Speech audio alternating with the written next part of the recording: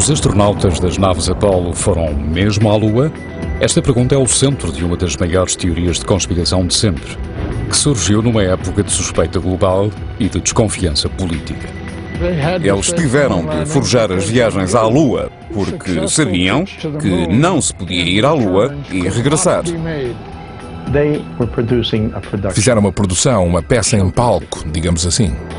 As teorias de uma conspiração lunar irritam quem esteve ligado às missões. São tão ignorantes da ciência que não adianta argumentar com eles. Quem diz que houve um embuste, uma conspiração, está a prestar um péssimo serviço aos jovens do nosso futuro. A ideia de que tudo foi um logro é, sinceramente, de loucos. Construindo um cenário lunar, poderemos conhecer a verdade científica e acabar de vez com as teorias de uma conspiração.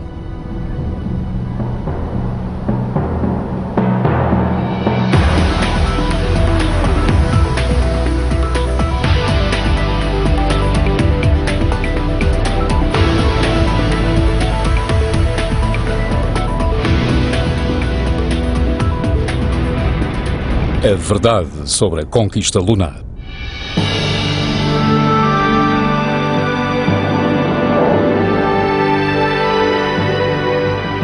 No século XXI, uma das maiores proezas do homem continua a provocar controvérsia.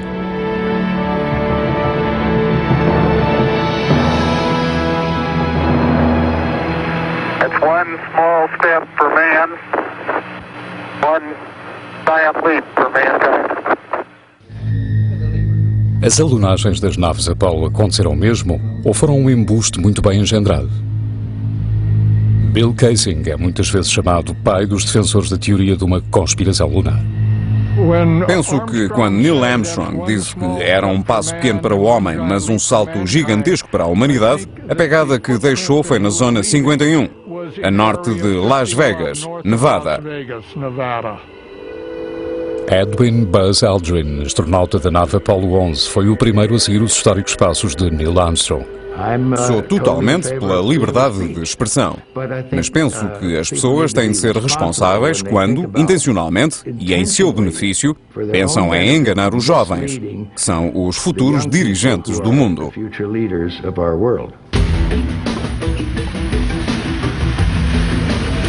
Surpreendentemente, as teorias de uma conspiração lunar provêm de um pequeníssimo grupo de pessoas. Porém, nas últimas 3 décadas, as ideias de uns poucos entraram na consciência do público.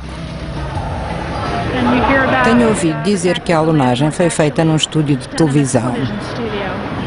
Havia um fundo negro com estrelas a fingir. A sombra da bandeira colocada na Lua apontava para um lado e a do homem apontava para o outro. Já ouvi dizer que no vídeo o terreno não era correto, nem o modo de andar deles. Em algumas das fotografias não há estrelas e devia haver, pois como a Lua não tem atmosfera, as estrelas brilhariam intensamente. Mas se as missões Apollo foram forjadas, isto significaria que a NASA tinha criado um embuste de proporções monumentais. Há 40 anos, a União Soviética e os Estados Unidos lutavam entre si pelo domínio global. Então, em 4 de outubro de 1957, os soviéticos puseram em órbita o Sputnik, o primeiro satélite, um avanço decisivo que atingiu a América onde mais lhe doeu, no coração da alta tecnologia. O Sputnik foi uma grande surpresa para muita gente no nosso país. Penso que o Presidente procurou um modo de repostar e aconselho de algumas pessoas escolher um objetivo que lhe pareceu que, de certeza, seríamos nós os primeiros a alcançar. We choose to go to the moon in this decade and do the other things, not because they are easy, but because they are hard. No auge do programa Apollo, trabalhavam na NASA 400 mil pessoas. Porém, a ida de um homem à Lua era tão importante que levaria o governo dos Estados Unidos a forjá-la? Se era, uma legião de empregados da NASA não só participou no embuste, como também o escondeu do resto do mundo. Foi um passo gigantesco para a humanidade. Sonhávamos alcançar o espaço e, em pouquíssimo tempo, concretizámos esse sonho. Foi uma grande proeza. Em 16 de julho de 1969, os astronautas da Apollo 11 prepararam-se para a descolagem. Mas enquanto o mundo aguardava ansiosamente que se fizesse história, um homem já tinha dúvidas.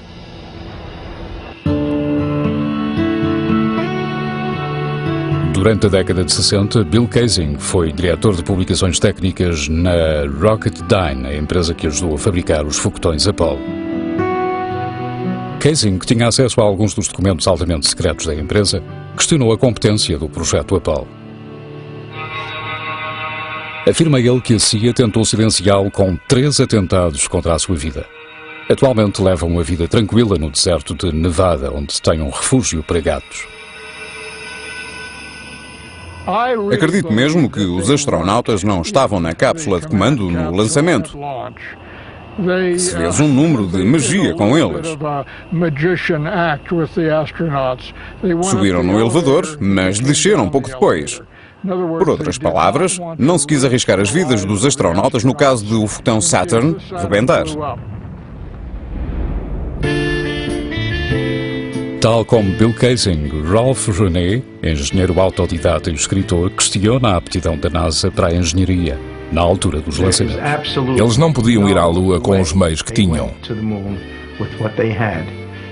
Na verdade, nem hoje, nem amanhã lá poderão ir. Não se enviam homens para onde não se enviou um macaco. Mas se a NASA não pôs um homem na Lua, teve de forjar provas. E são as imagens divulgadas pela NASA que mais têm alimentado as teorias de uma conspiração.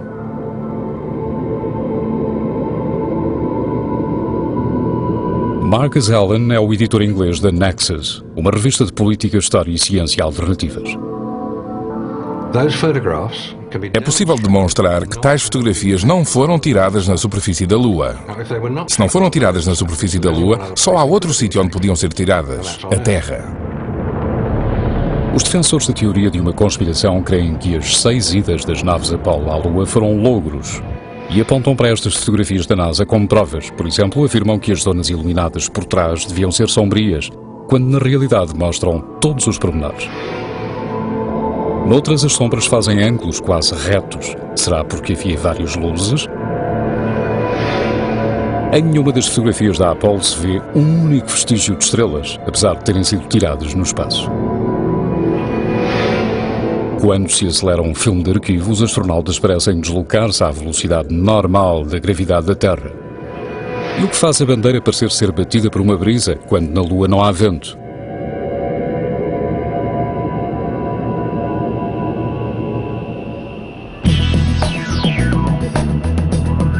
Para averiguar estas afirmações de que houve uma conspiração, recorremos aos nossos conhecimentos técnicos de cineastas para criarmos um cenário lunar. Escolhemos os pináculos de Trona, uma zona desértica a 4 horas de Hollywood, a casa do cinema. O nosso cenário lunar será usado como pano de fundo, não para forjarmos as nossas alunagens, mas sim para desafiarmos as teorias de um lobo. E embora não possamos reproduzir a intensidade do Sol na noite do deserto, a nossa única luz de estúdio é bastante potente para as nossas experiências. Pondo à prova alguns dos argumentos de uma conspiração mais famosos, poderemos acabar de vez com as teorias de fraude?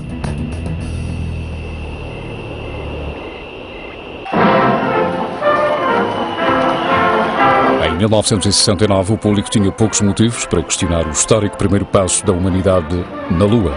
Afinal, esta proeza celebrava a supremacia tecnológica. A América tinha finalmente ganho a corrida ao espaço.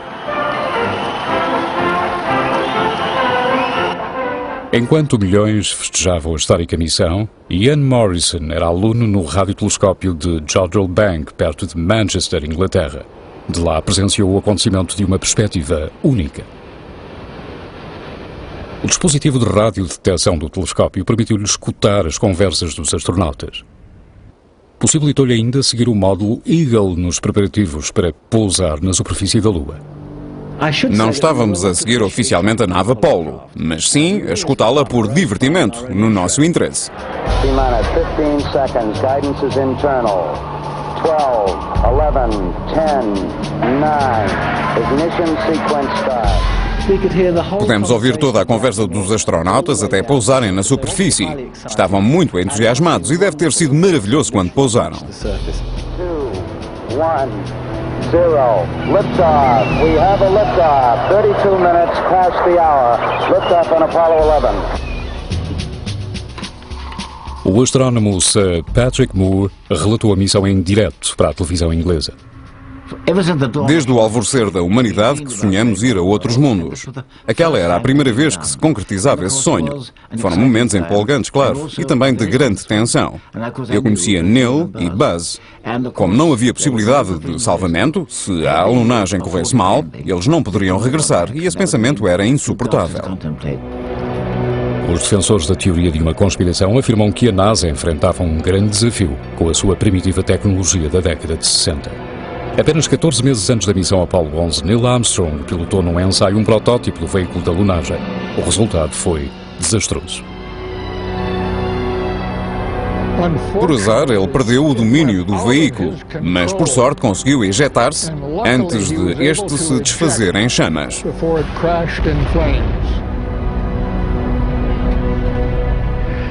O que se pretende fazer ver, claro, é que se eles não conseguiam fazer um simulador funcionar na Terra, como iriam fazer o módulo lunar funcionar na Lua?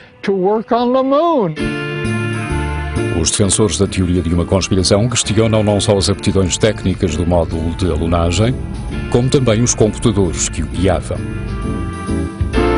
Comparam a tecnologia de computadores a bordo da nave Apollo à de uma calculadora de bolso.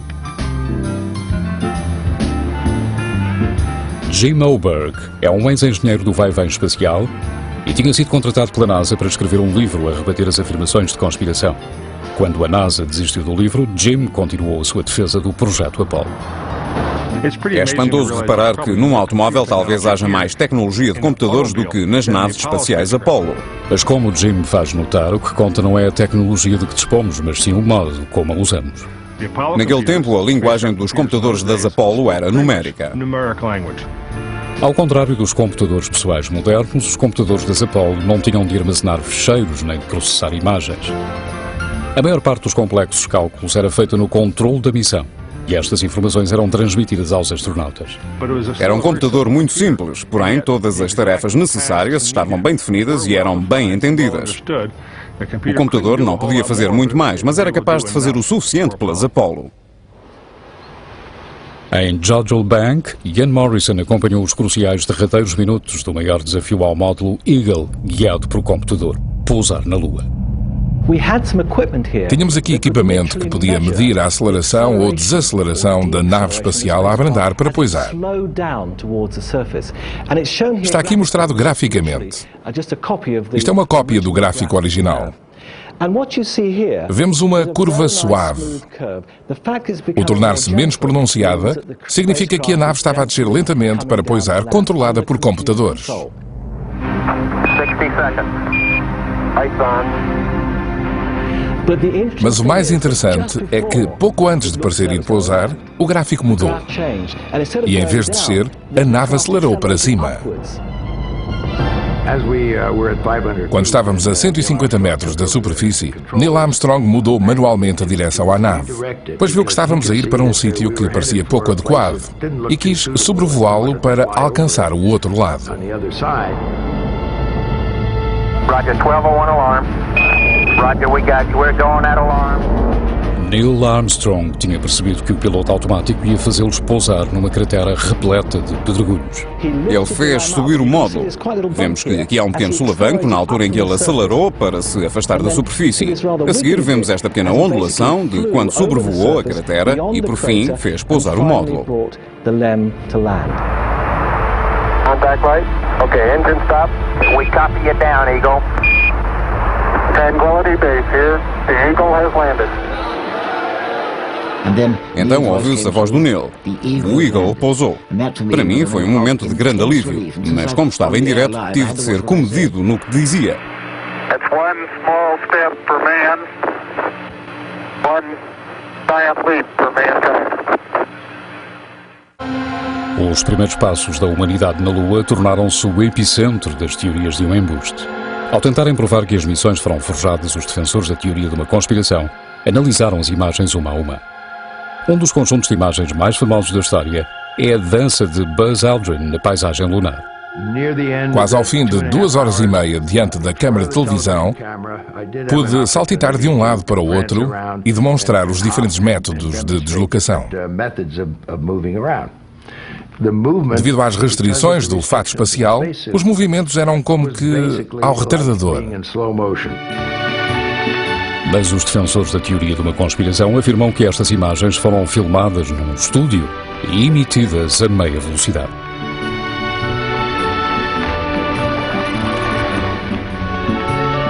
Quando são aceleradas, os astronautas movimentam-se como se estivessem sujeitos à gravidade da Terra.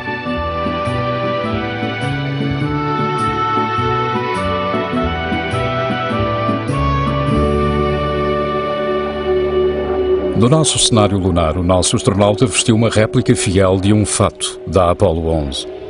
Se os defensores da teoria de uma conspiração tiverem razão, poderemos reproduzir os movimentos na gravidade lunar, mostrando-o ao retardador.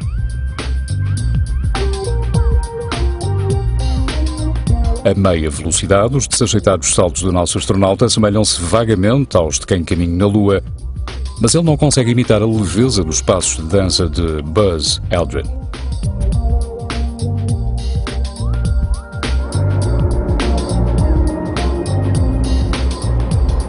A NASA enfrentou os seus desafios ao tentar preparar os astronautas para a vida no espaço. Há diversos modos de suspender uma pessoa e amparar-lhe até 1/6 do peso, usando roldanas ou fazendo-a caminhar numa plataforma inclinada. Outro dos métodos preferidos da NASA era o voo em parábola, ou como os astronautas lhe chamavam, o cometa dos vômitos.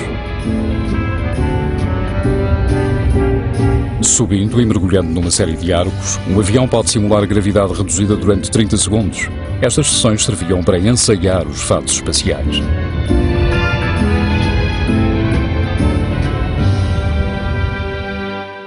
Porém, como afirmam os defensores da teoria de uma conspiração, se a NASA forjou as missões Apollo, também teve de forjar os indícios fotográficos.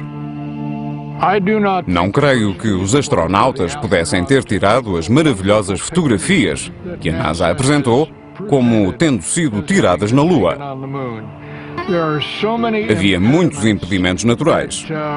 Além disso, eles envergavam luvas, situação que naturalmente lhes estorvava os movimentos, e também não tinham iluminação. Ralph René crê que a concepção dos fatos espaciais Apollo impediria os astronautas de tirar fotografias na Lua. Ele concebeu uma máquina para luvas espaciais que reproduz os efeitos do espaço no corpo. In the near vacuum of space, the gases within his body would immediately expand. Vou fazer o vácuo nesta câmara que construí. Pus lá dentro uma luva. E para provar que a flexibilidade que os fatos e as luvas deles pareciam ter é impossível. Agora, posso lá pôr a mão e mexê-la para todos os lados. Posso agarrar, fechar o punho, levantá-la e baixá-la, mas se ligar este comutador e fizer o vácuo na câmara... À medida que o ar é retirado da máquina, vai sendo mais difícil mexer a luva. A luva já não quer mexer-se. Não consigo dobrá-la para trás, mal consigo vergá-la para baixo e não consigo manter o punho fechado. E nunca se poderia. Com uma luva, como poderia alguém pegar em pequenos parafusos e porcas, como eles eram mostrados a fazer, ou carregar no disparador de uma câmara? Jay Windley, um experiente engenheiro aeroespacial, tem na internet um site dedicado a rebater as teorias de uma conspiração lunar. É tão apaixonado por este assunto que se dedicou a desafiar mesmo as teorias mais insistentes. Isto é uma câmara Hasselblad EL500, fabricada especialmente para as missões lunares. Era presa ao fato espacial com esta baioneta. A câmara tinha em redor da base e da parte traseira um suporte no qual deslizava até esta unidade de comando para que o astronauta pudesse trabalhar com as mãos sem ter de pensar na câmara. As câmaras lunares não tinham visor porque os capacetes dos astronautas os impediam de olhar para baixo para enquadrar a fotografia. Podíamos apontar a câmara para onde quiséssemos, sem ter de espreitar por um visor. Mas, segundo os defensores da teoria de uma conspiração, este problema não podia ser resolvido. Numa câmara Hasselblad, o disparador está aqui. Não se consegue vê-lo dentro dos capacetes que os astronautas tinham. Assim, como sabiam que tinham tirado uma fotografia? Como sabiam que tinham o dedo no disparador? Como sabiam que tinham carregado no disparador? O disparador, que normalmente é um botão muito pequeno, foi feito com um tamanho grande para se poder premi-lo com uma luva de astronauta. Além de fatos interiores pressurizados, havia outros meios que ajudavam os astronautas a trabalhar com a câmara. Esta lente Zeiss-Weygand foi dotada destas pequenas saliências para que o astronauta pudesse sempre manipulá-la, mesmo usando luvas. Pode ser rodada nos dois sentidos. O anel de focagem foi dotado de pontos fixos que correspondem a perto, meia distância, longe e infinito. Assim, o astronauta não tinha de reparar se estava a 2,5 metros ou a 3 metros do assunto a fotografar. Não tinha de medir cuidadosamente essa distância. Richard Underwood foi quem ensinou aos astronautas da Apollo a arte da fotografia lunar. Já no início se sabia que, quando regressassem daquela viagem, eles seriam heróis nacionais. Mas as fotografias, se fossem boas, viveriam para sempre. Eu só lhes dizia que o caminho para a imortalidade era a qualidade das fotografias, nada mais. Deviam esquecer tudo o mais. Foi dito aos astronautas que levassem as câmaras lunares para onde quer que fossem e praticassem. Levaram-nas para casa para fotografar os amigos, os familiares, os churrascos, os acontecimentos desportivos e todos os tipos de coisas. Ficaram a conhecer bem as câmaras. Todos os tripulantes sabiam trabalhar com elas. E os resultados no filme foram espantosos.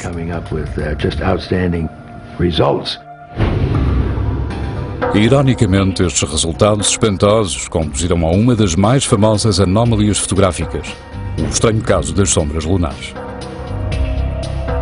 As sombras são das provas mais fortes de que não fomos à Lua. Se virmos bem as fotografias apresentadas pela NASA como genuínas, notaremos que em muitas delas as sombras não são paralelas. Como o Sol era a única fonte de luz, todas as sombras na Lua deviam ser exatamente paralelas, mas não são. Como na Lua as sombras apontam em diferentes direções, os defensores da teoria de uma conspiração dizem que elas eram criadas por fontes separadas de luz artificial. Só há um Sol, não dois. Mas aquelas sombras eram incongruentes, porque ora divergiam dos objetos, ora convergiam, o que não pode ser. Neste planeta, vemos que as sombras de dois objetos, criadas pelo Sol, são paralelas. Porém, se formos averiguar se Ralph René tem razão, veremos que as sombras nem sempre são paralelas. As sombras são um modo muito impreciso de determinar a direção da fonte de luz, pois tendem a divergir e a convergir consoante a forma dos objetos que as fazem, e ainda consoante o terreno atrás desses objetos. A direção das sombras é assim afetada. Os defensores da teoria de uma conspiração podem dizer que a sombra segue numa direção ou noutra, literal e figuradamente, e podem levar um leigo a duvidar do que vê. Os céticos questionam ainda os pormenores visíveis em zonas que deviam ser sombrias. A sua explicação é de que havia uma segunda fonte de luz a iluminá-las. Vejamos uma das fotografias mais famosas do século XX, O Homem na Lua. Foi tirada por Neil Armstrong a Buzz Aldrin na missão Apollo 11. Esperaríamos que a zona de sombra que vemos aqui, criada por esta luz crua, fosse invisível, mas não é. Mas no nosso cenário lunar artificial vemos nitidamente as propriedades refletoras criadas pela nossa única fonte de luz. Como se pode ver, em toda esta imagem só há uma fonte de luz, que está atrás de nós. Segundo os defensores da teoria de uma conspiração, este lado do astronauta deveria estar em sombra total, mas não está. Porquê? Porque a luz do terreno à nossa volta é refletida para o astronauta e ilumina-o deste lado. Outra causa de suspeita entre os defensores da teoria da conspiração é um momento alto de simbolismo da Apollo, a bandeira americana. Há uma bandeira americana sempre fortemente iluminada, mesmo do lado em que devia haver sombra, que devia estar totalmente escuro. É óbvio que eles tinham pequenos holofotes, pois só assim a bandeira podia ter aquele aspecto. Os defensores da teoria de uma conspiração dizem que é suspeito a bandeira estar bem iluminada dos dois lados em todas as fotografias. Dizem que também devia ter sombra. Aqui, vemos a nossa bandeira bem iluminada pela frente, mas se virmos para o outro lado, veremos que, mesmo com a nossa única fonte de luz, também está bem iluminada. A luz transparece e ilumina este lado da bandeira. Mas e a questão da bandeira a ondular num ambiente em que não há vento? Quando se filmaram algumas das cenas com a bandeira, havia aparelhos de ar-condicionado ligados para refrescar os astronautas, que envergavam aqueles quentes fatos espaciais. Portanto, é bem possível que o que víamos fosse vento. Esta bandeira a ondular será a melhor prova de que as alunagens foram forjadas num estúdio? No nosso cenário lunar, Jay Winley tenciona provar que não.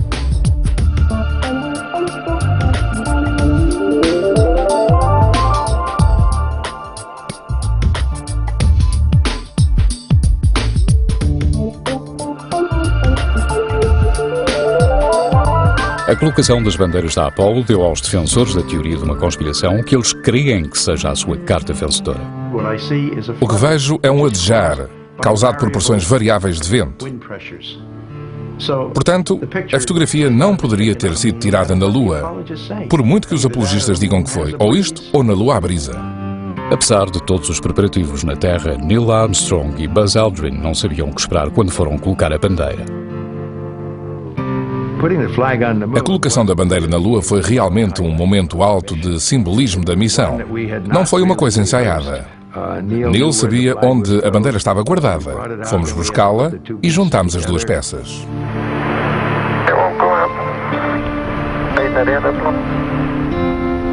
Os astronautas tiveram de cravar a haste da bandeira na dura superfície lunar com movimentos de torção. Uma vareta horizontal de alumínio mantinha a bandeira direita. Essa fazia a ponta livre da bandeira adejar. Isto é um tubo de alumínio, parecido com os usados na missão Apollo, muito flexível. Se eu o vergar e largar, vemos que o movimento continua durante algum tempo. Na Terra, a resistência ao ar amortece este movimento pendular, mas na superfície da Lua não há ar que amorteça a bandeira e a impeça de ondular.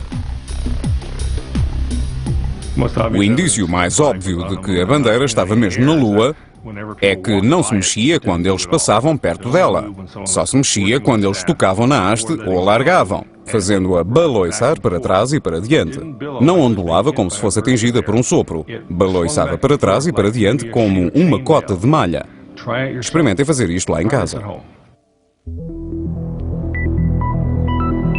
Os defensores da teoria de uma conspiração apontam para outra estranha incongruência que não pode ser explicada pela ausência de atmosfera. Quando o módulo de alunagem de 16 toneladas pousou, os seus foguetes impulsores deviam ter superado para longe a camada superior de poeira e destapado a superfície rochosa da Lua. Porém, nitidamente vêem-se pegadas por baixo da nave espacial e parece não haver poeira nos suportes. O potentíssimo jato de chamas, calor e gases facilmente abriria uma grande cratera. De facto, pensou-se que a cratera seria tão grande que o veículo lunar desapareceria nela. O que é verdade. Ralph René concebeu uma experiência para ilustrar a sua afirmação de que o módulo de alunagem acionado a foguetes devia ter feito uma cratera. Segundo os seus cálculos, o foguete do módulo lunar é 26 vezes mais potente do que um soprador de folhas de jardim. Se este pode fazer uma cratera em cascalho, uma nave espacial com 4.000 kg de força impulsora também devia fazer. Ao pousarem, eles não deslocaram poeira seca, pequenas pedras, nada. Por isso, esta demonstração vai mostrar que este material desaparecerá logo e que até conseguirei abrir um buraco nele. Há já algum tempo que não uso isto. Vamos lá.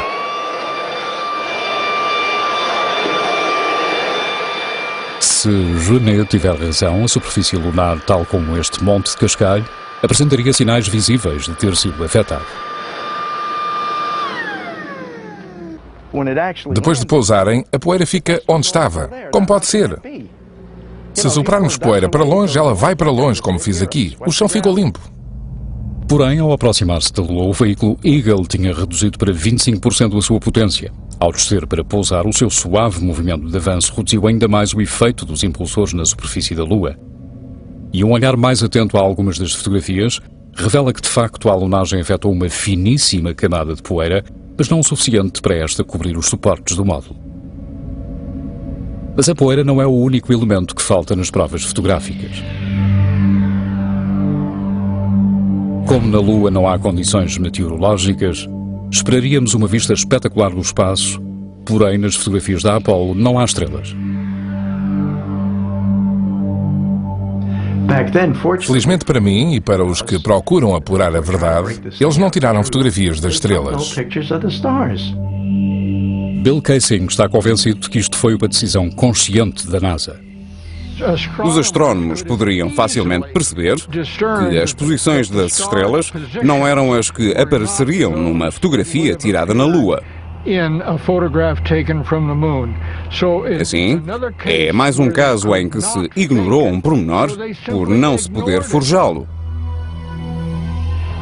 Se falássemos com Aldrin, com Armstrong ou com qualquer dos outros astronautas da Apollo, eles não respondiam à grande maioria das perguntas relacionadas com as estrelas. When you looked up at the sky, could you actually see the stars and the solar corona in spite of the glare? We were never able to see stars from the lunar surface or on the daylight side of the moon by eye without looking through the optics. Perguntei a Neil Armstrong se tinha visto estrelas, pois sabia que todos fariam esta pergunta. Eu já sabia a resposta, claro, os nossos olhos não estão adaptados a isso. Os olhos humanos reagem à luz, abrindo e fechando a íris. Em luz intensa, a íris diminui de tamanho e na escuridão aumenta. Na Lua, os olhos, como a abertura da câmara, não conseguem ajustar-se ao brilho da superfície e à escuridão do espaço, simultaneamente. Se estivermos num estádio bem iluminado por holofotes ou debaixo de um candeeiro de rua, o efeito será o mesmo. Ao olharmos para cima, não veremos muitas estrelas. Nem a nossa câmara de televisão se ajusta ao extremo contraste. No nosso cenário lunar, Jay Windley vai fazer uma experiência na esperança de rebater um dos grandes argumentos dos defensores da teoria de conspiração. Vamos ver se, fotografando o céu noturno com uma câmara idêntica carregada com um filme idêntico, apanharemos estrelas. Vou tirar aqui. Reparem que não espreito por um visor, apenas aponto a objetiva. A experiência de Jay bastará para invalidar os argumentos dos defensores da teoria de conspiração. Na manhã seguinte, os negativos são revelados num laboratório profissional de Los Angeles.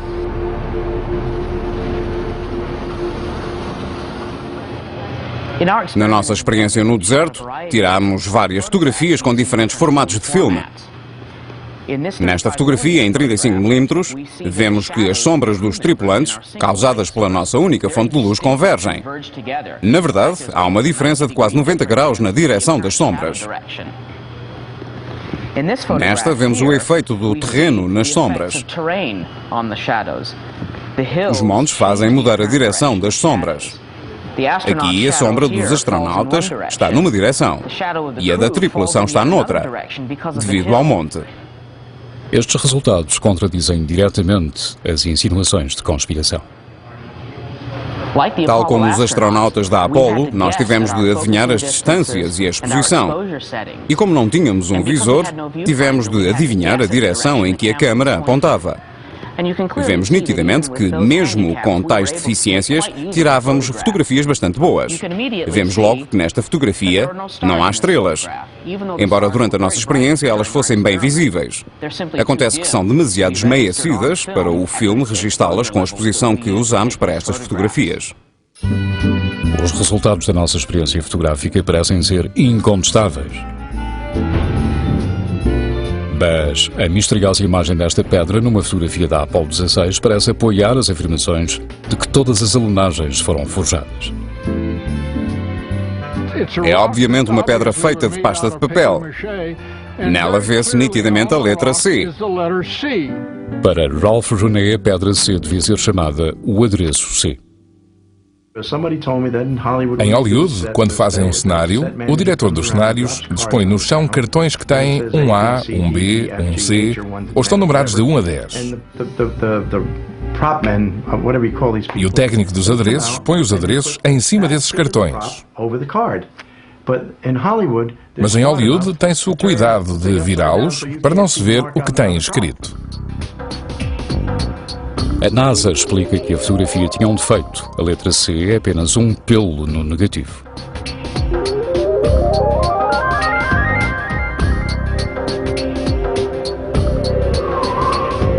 Mas esta explicação não satisfaz o editor Marcus Allen. Ele crê que seria impossível qualquer destas fotografias sobreviver a uma viagem de ida e volta à Lua. Era uma câmara desprotegida num ambiente desprotegido. Porém, os filmes, as fotografias que vimos, não acusam nenhum sinais de radiação. Em 1998, a IMAX começou a fazer um filme sobre a construção da Estação Espacial Internacional. Levaram as câmaras para o espaço no vai-vem. Tinham carregadores de filme de 70mm, por acaso o mesmo que foi usado nas câmaras Hasselblad da Apollo.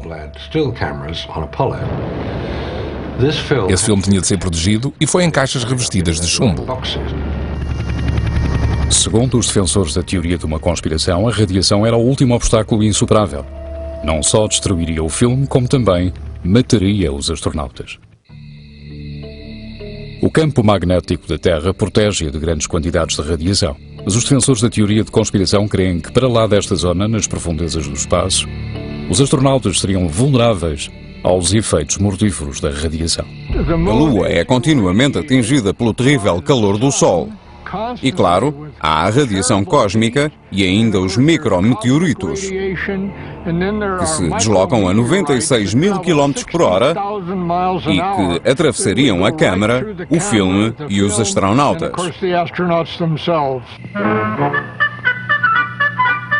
While the odds against a micrometeoroid hitting an astronaut are believed to be extremely low, any puncture would be decidedly uncomfortable. Depois de saírem da atmosfera terrestre, os astronautas atravessaram a alta velocidade os anéis de Van Allen. Van Allen disse que os anéis eram um mar de radiação mortífera. Atravessar este mar seria sujeitar-se a uma dose mortal. Ao sairmos dele, estaríamos cozidos e a morrer. Estes anéis radioativos formam um aro espesso que rodeia o Equador e é menos denso nos polos norte e sul.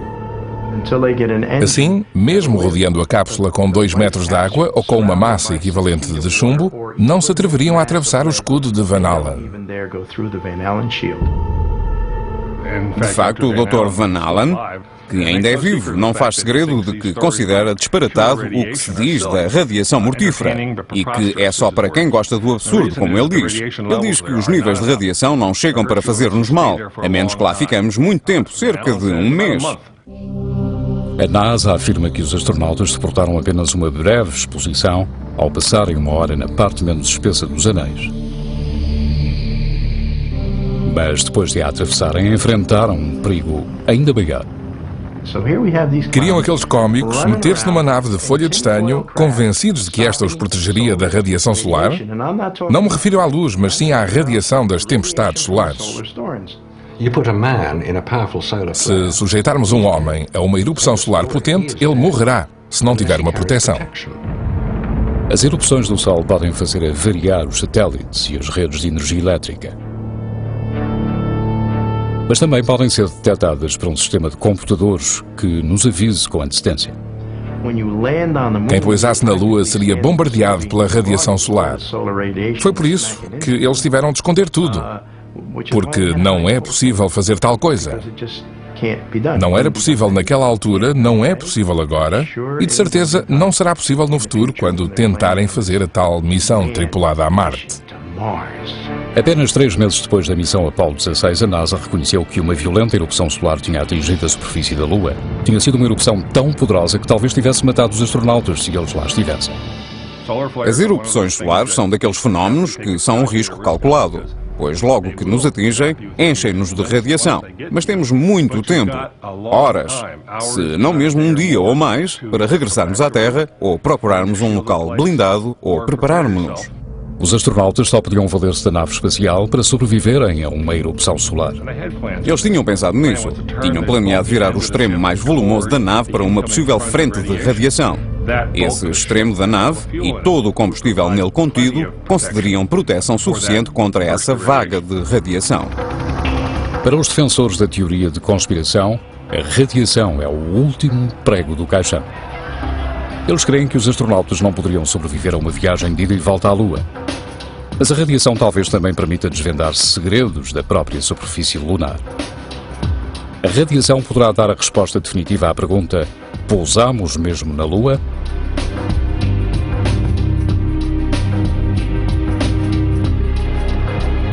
Ao todo, as missões Apollo trouxeram mais de 382 kg de solo e rochas lunares. Estas amostras foram distribuídas a laboratórios de todo o mundo. No Centro Independente de Geocronologia de Berkeley, Califórnia, o geólogo Paul Genet estuda amostras de rochas lunares há 10 anos. O seu maior interesse são estes pequenos grânulos de vidro da superfície da Lua criados pelo calor intenso da queda de um meteorito. Os grânulos que temos analisado são pequenas bolas de vidro, parecidas com o magma que há na Terra.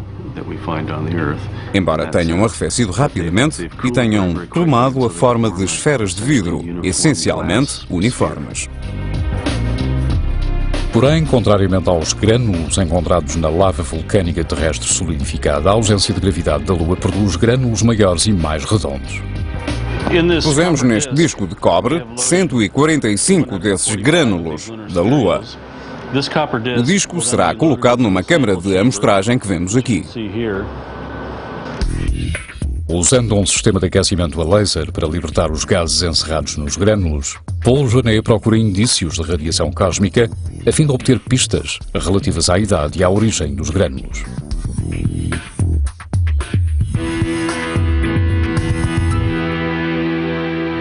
Os materiais lunares e outros que temos analisado apresentam indícios de terem sido bombardeados por radiação cósmica. Essa radiação não existe na Terra porque a nossa atmosfera nos protege muito eficazmente dela. Genet apurou que os grânulos datam de há 3.900 milhões de anos. Esta descoberta elimina a possibilidade de terem se formado na Terra. O vidro mais antigo que conheço, em qualquer ponto da Terra, tem cerca de 165 milhões de anos. Portanto, a Terra, com o seu ambiente muito dinâmico, não tende a conservar estes objetos de vidro, enquanto que a Lua, que do ponto de vista térmico está morta, tende a conservá-los. Os resultados que obtivemos são prova definitiva de origem lunar. Posso dizer com toda a certeza que são provenientes da Lua. Mas nem estas provas abalam a obstinada convicção dos defensores da teoria de conspiração. As rochas lunares foram forjadas, como foi a história das imagens dos astronautas. A NASA tem um laboratório de cerâmica onde facilmente poderia ter produzido os 300 e muitos quilos de rochas alegadamente trazidas da Lua. Mas são os indícios que os astronautas deixaram ficar na Lua e não os que trouxeram para a Terra que poderão proporcionar a prova inabalável. Em cada missão bem-sucedida à Lua fez-se uma série de experiências. Mais de 30 anos depois da Apollo 11, uma delas continua a funcionar: o alvo lunar de raios laser. Houve duas importantes experiências.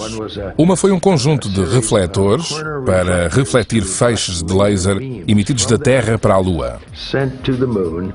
Pois a geometria destes refletores devolvia o feixe exatamente na mesma direção em que tinha chegado. No alto dos Montes Davis, no Texas, o Observatório McDonald continua a colher informações desta experiência. Em 33 anos ninguém apareceu, ninguém veio falar connosco. Jerry Wyant acolheria bem uma visita dos defensores da teoria de uma conspiração. Desde 1969 que a sua equipa dispara um feixe de laser para o objeto da experiência, à média de 240 vezes por ano. É claro que foi no local da Apollo 11 que os Estados Unidos colocaram o primeiro conjunto refletor lunar. Por isso, disparamos um laser para este ponto e para outros 3 na Lua. Vamos ligar o laser e, passados poucos segundos, veremos o clarão. O laser atinge o refletor na superfície da Lua e é devolvido na forma de uma série de impulsos que a visão humana não detecta. Medindo o tempo que cada impulso de laser demora a regressar, os cientistas obtêm informações vitais sobre a posição da Terra no Sistema Solar.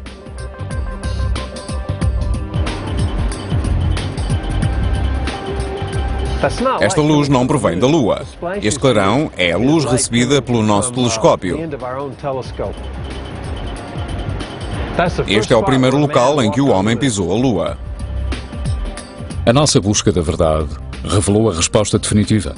Talvez seja por isto que os defensores da teoria de conspiração têm tão pouco a dizer sobre este assunto. É triste que os detratores nunca se tenham incomodado a falar com as pessoas que estiveram ligadas às missões. Decidiram que tudo era um embuste e nunca se incomodaram a falar connosco. No auge da corrida ao espaço, a União Soviética e a Alemanha Oriental tinham tecnologia para escutar as missões Apollo. Porém, os defensores da teoria de conspiração ignoram este poder de escuta e o silêncio dos grandes inimigos da América. Porque não perguntam eles aos russos? Os russos estavam em concorrência connosco. E se desconfiassem de que estávamos a forjar alguma coisa, teriam contado ao mundo inteiro. Sempre que alcançamos uma fronteira mais distante, há pessoas que contam histórias e outras que as envolvem em mito. Cristóvão Colombo foi ridicularizado quando descobriu que a Terra não era plana, mas sim esférica. Talvez todos os grandes feitos da humanidade estejam condenados a atrair o ceticismo e a controvérsia. Num milhão de anos de história da humanidade, ir à Lua, uivar à Lua, desejar a Lua, foram metáforas que designavam o impossível e então, subitamente, conseguiu-se ir à Lua. Mas penso que grande parte disto é vandalismo cultural. Vândalo cultural? Dessa gosto. Vou pôr um letreiro no meu carro a dizer: sou um vândalo cultural. Essa é boa. Tal como o impulso de desfigurar a Mona Lisa ou de gravar as iniciais do nome numa estátua, gravar as iniciais na face do programa Apollo é um impulso que algumas pessoas parecem ter. Como criar e disfarçar um embuste de tal magnitude seria um esforço enorme, para a NASA foi muito mais fácil construir um foguetão e pôr o homem na Lua. Versão portuguesa via satélite.